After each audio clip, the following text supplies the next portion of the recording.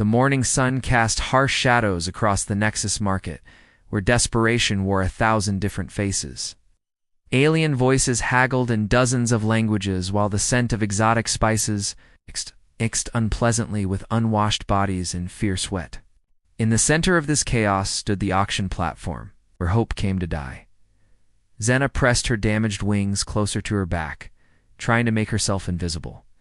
The translucent membranes that had once caught sunlight like stained glass were now torn and yellowed, marking her as broken goods even among the desperate. Her son Kip clung to her side, his own wings nothing more than withered stumps that would never know flight. Next lot. Brock's voice boomed across the platform. The reptilian auctioneer's forked tongue flicked out as he surveyed his merchandise. With cold calculation, Scytheran female, recent widow, comes with defective offspring, suitable for basic domestic duties only. The crowd of potential buyers barely glanced their way. Xena had learned to read the signs, the quick assessment, the dismissive turn of heads, the whispered conversations that always ended with shaking.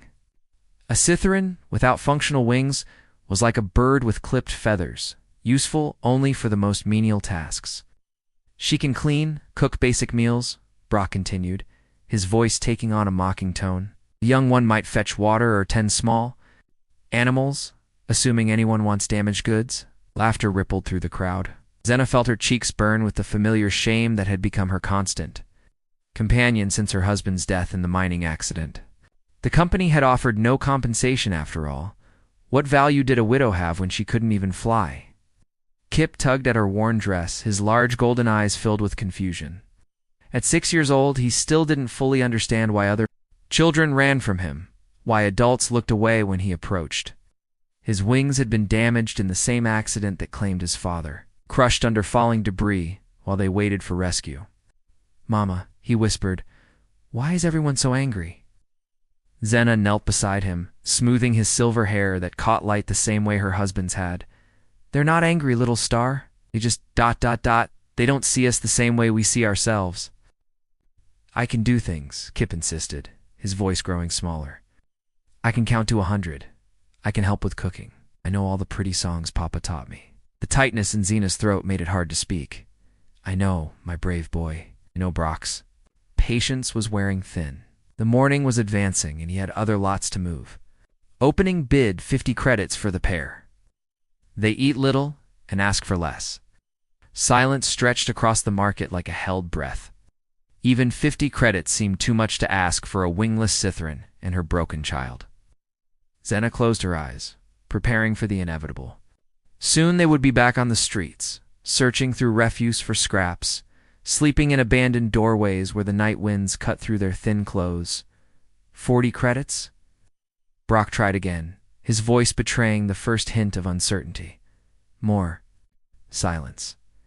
A few aliens in the crowd began to drift away, their attention caught by more promising merchandise. The scent of roasted meat from nearby food stalls reminded Xena that neither she nor Kip had eaten since yesterday morning. 20 credits. Brock's voice had lost its booming confidence. Surely someone can use household help for 20 credits. A harsh laugh came from somewhere in the crowd. "Pay me 20 and I still wouldn't take them home," someone shouted. Causing another wave of laughter, Xena felt her knees threaten to buckle.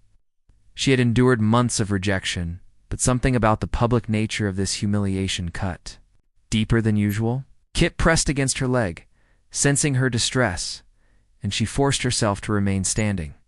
For him, she had to stay strong. Brock looked ready to move on to the next lot when something changed in the crowd's energy. A figure was pushing through the gathered aliens, moving with quiet purpose toward the platform.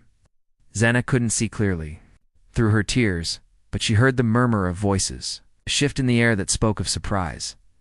The auctioneer paused, hope flickering in his cold eyes as he sensed a potential sale. "Ah, perhaps we have an interested buyer after all." The figure that emerged from the crowd was unlike anyone in the bustling market. Marcus Thorne stood a head taller than most of the aliens around him, his weathered human features marking him as an outsider in more ways than one.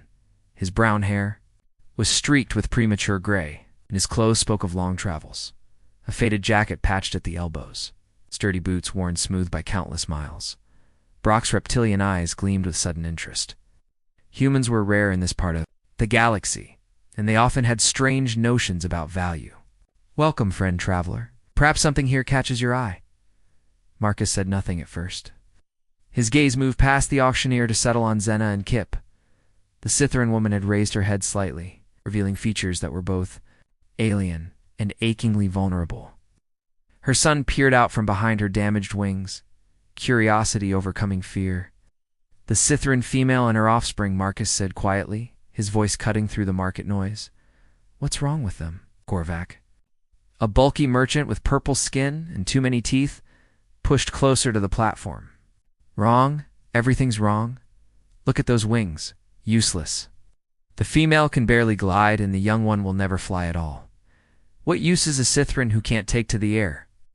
"They eat constantly," another voice called out. "Scytherans need twice the food of most species, but these two can't even hunt or gather from the high places where the good food grows." Marcus stepped closer to the platform, ignoring the comments swirling around him. Xena found herself meeting his eyes, brown, like rich earth after rain. There was something in his gaze she hadn't seen in months. Recognition of her as a person, rather than damaged goods. "Can you work?" he asked her directly. Xena's voice came out as barely a whisper. "Yes, sir. I can cook, clean, tend to basic household needs. My son is well-behaved and quick to learn." "She's lying about the boy," Gorvac interjected with a sneer. "Damaged children are nothing but trouble. They'll need constant watching, special care. Better to take just the female if you're fool enough to want either." Kip shrank back at the harsh words, but Marcus's expression darkened. "I wasn't asking you," he said to Gorvac, his tone carrying a warning that made the alien merchant step back. Brock sensed opportunity slipping away and jumped in quickly. "The human speaks wisely. The pair can be useful for simple tasks." "Very. Reasonable price? Shall we say 15 credits for both?" "15?" Gorvac laughed harshly. "I wouldn't pay 15 for a healthy Scytheran, let alone these broken specimens. Human, you're new here, so let me explain. When Scytherans lose their flight, they lose everything. Their whole culture, their purpose, their value. These two are walking dead." The crowd murmured agreement, and Xena felt the familiar wave of shame wash over her. She had heard these arguments so many times, they had become a voice in her own head, whispering that Gorvac was right. That she and Kip were beyond saving. Marcus was quiet for a long moment, studying both the mother and child. Then he reached into his jacket and pulled out a small leather pouch. The sound of coins clinked softly in the sudden hush. "I'll take them both," he said simply. The market fell silent, except for the distant calls of vendors in other sections. Gorvac's mouth fell open, revealing rows of sharp teeth. Brock blinked rapidly, as if unable to process what he'd heard. "Both," the auctioneer finally managed. You want both of them?" "Both," Marcus confirmed, counting out coins into his palm. 15 credits, as you said." "Human? Are you insane?" Gorvac sputtered. "Do you have any idea what you're taking on? The food costs alone will bankrupt you, and for what? They can't fly, can't hunt, can't do half the things their kind are meant for." Marcus looked directly at the alien merchant, his brown eyes steady and cold. "Maybe the problem isn't what they can't do. Maybe the problem is what you can't see." He placed the coins in Brock's scaly palm before anyone could object further. The auctioneer's tongue flicked out nervously as he counted the money, clearly expecting this to be some elaborate joke. "Are you certain about this transaction?" Brock asked, his voice uncertain for the first time all morning. "Completely certain," Marcus replied. He turned to Xena and Kip, his expression softening. "Come on, let's get out of here." Xena stared at him in shock, her legs refusing to move. In all the months since her husband's death, no one had chosen her. No one had wanted her or her son. The very concept seemed impossible. "Mama." Kip tugged at her dress, his golden eyes wide with hope. "Mama did the nice man by us." The word "by" hit her like a physical blow, reminding her of exactly what had just happened. She had been purchased like a piece of equipment or livestock. But when she looked at Marcus, she didn't see the cold calculation of ownership in his eyes. "Yes, little star, she whispered, her voice thick with unshed tears. He did. As they walked away from the platform, the crowd's voices rose behind them in a mixture of disbelief and mockery. But Marcus didn't look back, and gradually neither. Did Xena, each step away from the auction block, felt like a step toward something she couldn't yet name? Something that felt dangerously close to hope? Marcus's home sat on the outskirts of New Haven settlement, where the bustling alien city gave way to rolling hills dotted with strange, twisted trees. The building itself was modest, a mixture of local stone and imported human materials. That created something uniquely practical. Smoke curled from a chimney, and the scent of cooking food drifted through the air. Xena walked slowly behind Marcus, Kip's small hand gripping hers tightly. Every few steps her son would stumble slightly, his damaged wing stubs throwing off his balance. On Cythera, children learned to glide before they could walk properly. Without that natural counterweight, Kip had to think about every movement. "Nira," Marcus called as they approached the front door. "We have guests." The door opened to reveal an elderly alien woman with silver-blue skin and 4 arms, each ending in delicate, long-fingered hands. Her species was unknown to Xena, but her expression was universally readable, profound disapproval. "Marcus Thorne," Nira said, her voice carrying the authority of someone who had been managing his household for years. "What have you done now?" "I've brought home a mother and child who needed help," Marcus replied calmly, seemingly used to Nira's directness. Nira's large, dark eyes swept over Xena and Kip, taking in their damaged wings, thin frames, and worn clothing with clinical precision. "Cytherans, flightless ones, by the look of them." She crossed 2 of her arms while the other 2 gestured dismissively. "Do you have any idea how much they eat? How much care they'll need?" Xena felt her cheeks burn with familiar shame. "Please," she said quietly, "if this is a burden, my son and I can find somewhere else." "No," Marcus said firmly, cutting her off. "You're staying." He looked at Nira with the patient expression of someone fighting a long-running battle. "They need food, clean clothes, and medical attention. Can you help with that, or do I need to find someone who can?" Nira's forearms uncrossed slowly. She studied Marcus's face for a long moment, then sighed deeply. "The spare room behind the kitchen will do for now, but I want it known that I think this is foolish beyond measure." Despite her words, Nira's actions spoke differently. Within an hour, she had prepared a bath for both Xena and Kip, found clean clothes that almost fit, and set out a meal that made Kip's eyes grow wide with wonder. The elderly alien muttered constantly about human foolishness and impractical charity, but her 4 hands never stopped working to make the newcomers comfortable, after they had eaten and bathed. Marcus appeared with another alien, this one tall and thin, with pale green skin and gentle, multifaceted eyes that reflected light like jewels. "This is Dr. Pemba," Marcus explained. "She's the settlement's healer. I'd like her to examine you both, if you're comfortable with that." Dr. Pemba moved with the careful precision of someone accustomed to working with frightened patients. She examined Kip first, her touch gentle as she investigated his damaged wing stubs. The boy winced, but didn't pull away, trusting in his mother's presence nearby. "The damage is old," Dr. Pemba said finally, her voice carrying a musical quality. "Common to her species, the bones healed poorly, and there's significant nerve damage. Flying will never be possible." Xena closed her eyes, hearing the final confirmation of what she already knew. However, Dr. Pemba continued, "With proper therapy and some surgical intervention, we can reduce his pain significantly and improve his balance. He may never fly, but he can live comfortably." "Surgery." Xena's voice was barely a whisper. I don't have the credits for such procedures." Marcus spoke quietly from the corner where he'd been listening. "The credits aren't your concern. The question is whether you want Kip to have the treatment." Xena stared at him, confusion and gratitude warring in her expression. "Why would you do this? We're nothing to you. Just burdens you bought at market. You're not burdens," Marcus said simply. "You're people who deserve a chance to heal." Dr. Pemba turned her attention to Xena next, examining the torn membranes of her wings with professional thoroughness. "Your injuries are different," she said eventually, "more recent and less severe. With time and treatment, you might regain limited flight capability. Short distances, low altitudes, but flight nonetheless. The words hit Xena like a physical blow. She had accepted her grounding as permanent, had built her new identity around the loss. The possibility of reclaiming even part of what she'd been seemed impossible. "I don't understand," she said, tears streaming down her face.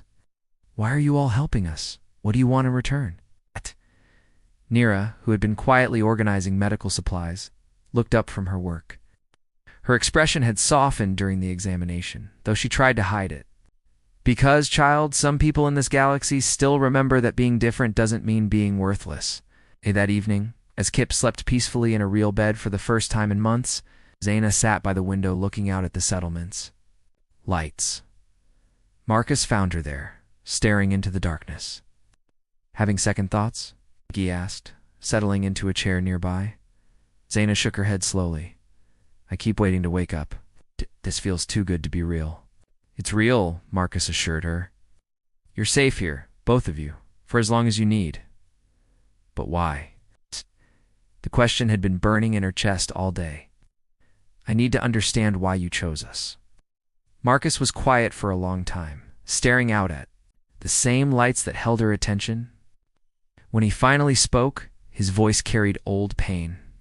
"Because I know what it's like to be considered broken goods," he said. "I was a medic during the border conflicts, made some choices that my superiors didn't approve of. Treating enemy wounded, refusing certain orders. They declared me mentally unfit for service and discharged me without honors." He gestured toward the settlement beyond the window. "I came here to disappear, to find some corner of the galaxy where my past didn't matter, but running away doesn't heal anything. Sometimes helping someone else is the only way to help yourself." Xena absorbed his words, understanding dawning in her golden eyes. "You saw yourself in us." "I saw two people who deserved better than what they were getting," Marcus corrected gently. "Just like someone should have seen that in me once upon a time." For the first time since her husband's death, Xena felt something besides despair settle in her chest. It was fragile and frightening, but unmistakably real. The beginning of hope. 3 weeks had passed since Xena and Kip arrived at Marcus's home. The daily routine had begun to feel natural, Kip working through his physical therapy exercises with Dr. Pemba, while Xena helped. Nira managed the household. The boys' balance had improved dramatically, and Xena's wings showed the first signs of healing. Tiny patches of membrane beginning to regenerate, but their fragile peace was shattered on a gray morning when Captain Voss arrived. The human military officer stood on Marcus's doorstep in full dress uniform, his medals catching the weak sunlight. Behind him waited 2 armed soldiers, their faces hidden behind regulation helmets. Xena, who had been hanging laundry in the garden, felt her blood freeze at the sight. "Marcus Thorne," Captain Voss announced, his voice carrying the authority. "Of the Terran Colonial Command? We need to talk." Marcus appeared in the doorway, his expression carefully neutral. "It's been a long time, not long enough apparently." The captain's eyes swept past Marcus to land on Xena, who was trying to shield Kip behind the clotheslines. "We've received reports about your ... activities, harboring unregistered aliens, practicing medicine without proper licensing, engaging in illegal trade. The only illegal thing here is your harassment," Marcus replied calmly. "Xena and Kip are registered residents under the Refugee Protection Act. All their documentation is in order." Captain Voss smiled coldly. "Interesting how quickly you managed to process their paperwork? Almost as if you had help from someone with access to government databases." The implication hung in the air like smoke. Xena didn't understand all the human legal complexities, but she recognized the threat in the captain's tone. Kip pressed closer to her side, his golden eyes wide with fear. "What do you want, Voss?" Marcus asked. "Same thing I've always wanted. To see you face the consequences of your actions. You cost good soldiers their lives with your bleeding heart policies. Now you're playing the same games with alien refugees." "I saved lives," Marcus said, his calm beginning to crack. "Human and non-human alike. You disobeyed direct orders and compromised military operations." Captain Voss stepped closer, his voice dropping to a dangerous whisper. "And now you're doing it again. But without the protection of military rank." Before Marcus could respond, A small voice piped up from behind the laundry. Please don't hurt him. Kip had stepped out from behind his mother, his small form trembling but his voice surprisingly steady. Marcus helped us when no one else would. He's good. Captain Voss looked down at the child with something like surprise. Boy, you don't understand the situation here. This man has a history of making poor decisions that endanger people. He saved my mama, Kip said simply. When everyone else said we were broken, he said we were worth helping. That makes him a hero. Xena felt tears prick her eyes at her son's brave defense, but she also felt a chill of fear. Drawing attention to themselves could only make things worse. The confrontation was interrupted by the arrival of Elder Thomas's, the settlement's leader. The ancient Vorthan's scaled hide gleamed in the morning light as he approached with his characteristic measured gait. Behind him walked Jex, a young alien boy about Kip's age who had become an unlikely friend despite the social stigma. Captain Voss, Elder Thomas's said, his voice carrying the weight of years and authority. I understand you have concerns about our community members. Elder Thomas's, the captain nodded stiffly. I'm here on official business regarding Marcus Thorne and his illegal activities.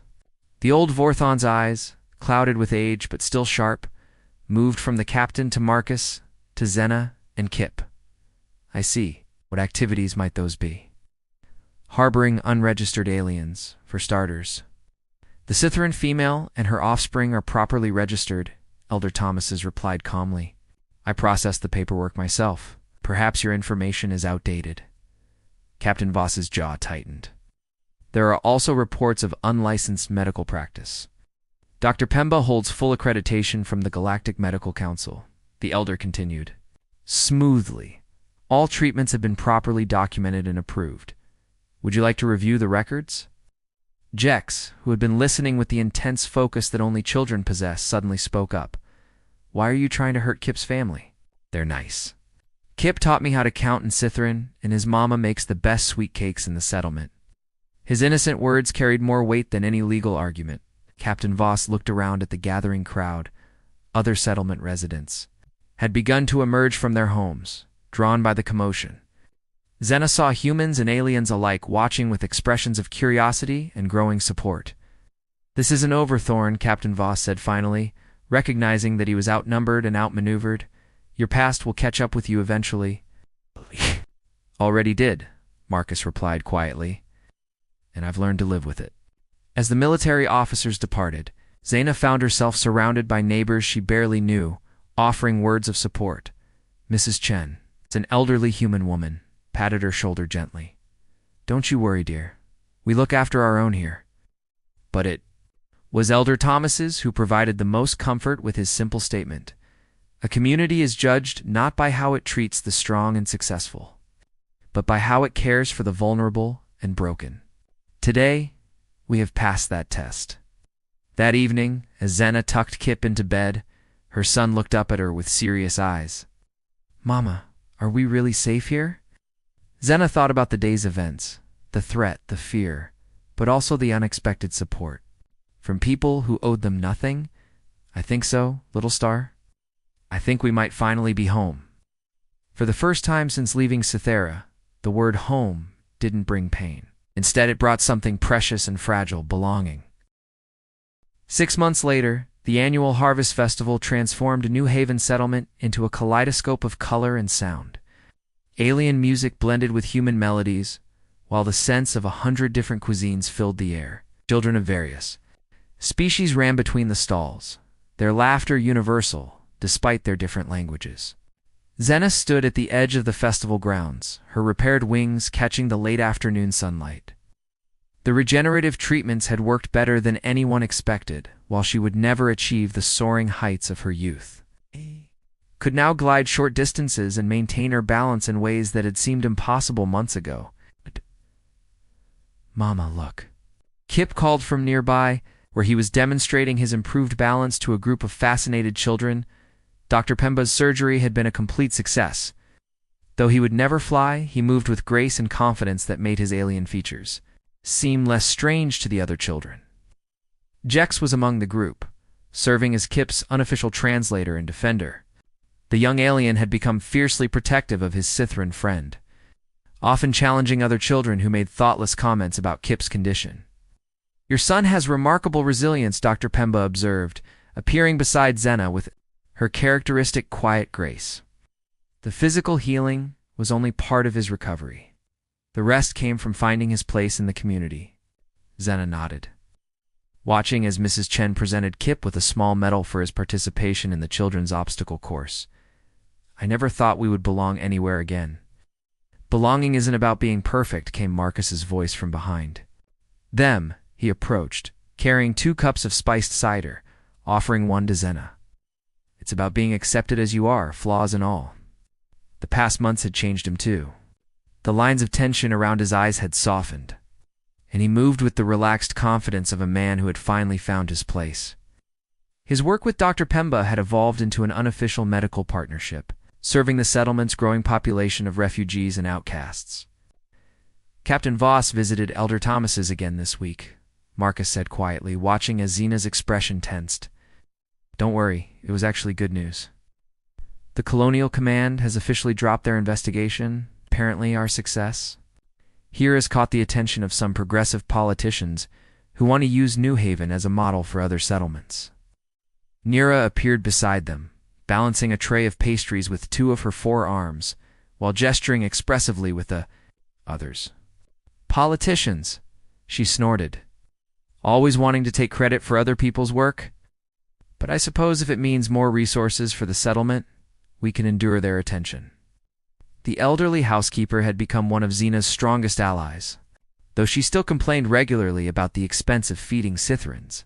Just that morning, she had been teaching Kip how to prepare traditional dishes from her homeworld, grumbling about impractical human charity while clearly delighting in his eager questions. As the sun began to set, Elder Thomas's called for the festival's closing ceremony. The crowd gathered in the main square, where a large bonfire cast dancing shadows on the faces of the assembled residents. The ancient Vorthan's voice carried clearly over the crackling flames. "Another harvest season ends," he began, "and we give thanks for the growth we have witnessed, not just in our crops, but in our community. We have learned that strength comes not from uniformity, but from diversity, not from perfection, but from acceptance of imperfection." His clouded eyes found Zena in the crowd. "Some among us have discovered that broken wings can still carry dreams, that a child who cannot fly can still soar in the hearts of those who know him, that a mother's love needs no wings to reach great heights." Zena felt tears sliding down her cheeks as the crowd began to applaud. Beside her, Kip grabbed her hand with both of his golden eyes bright with joy. "Tonight," Elder Thomas's continued, "we celebrate not just our harvest, but our humanity, all of us, regardless of species or circumstance. For in helping others rise, we discover our own capacity to fly." As the ceremony concluded and the crowd began to disperse, Captain Voss appeared unexpectedly at the edge of the square. Zena tensed, but Marcus placed a reassuring hand on her shoulder. The captain approached slowly, his military bearing somewhat diminished. When he reached them, he looked directly at Kip, who was showing his medal to anyone who would listen.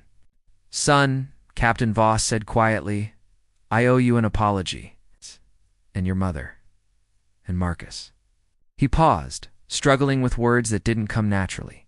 "I was wrong about what makes someone valuable to a community." Kip looked up at him with the fearless curiosity of childhood. "It's okay, mister.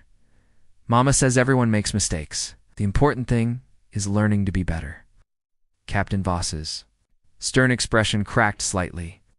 "Your mother is a wise woman." He looked at Marcus. "The Colonial Command could use more settlements like this one, and more people like you running them." As the captain walked away, Zena felt a weight she hadn't realized she was carrying finally lift from her shoulders. They were truly safe. Now, truly home. "Mama," Kip said, tugging at her dress, "can we stay here forever?" Zena looked around at the faces of the people who had become their family. Marcus, with his quiet strength. Nira, with her gruff affection. Dr. Pemba, with her gentle healing. Elder Thomas's, with his ancient wisdom. And all the others who had chosen to see worth where others saw only brokenness.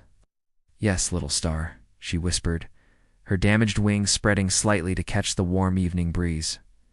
"We're home."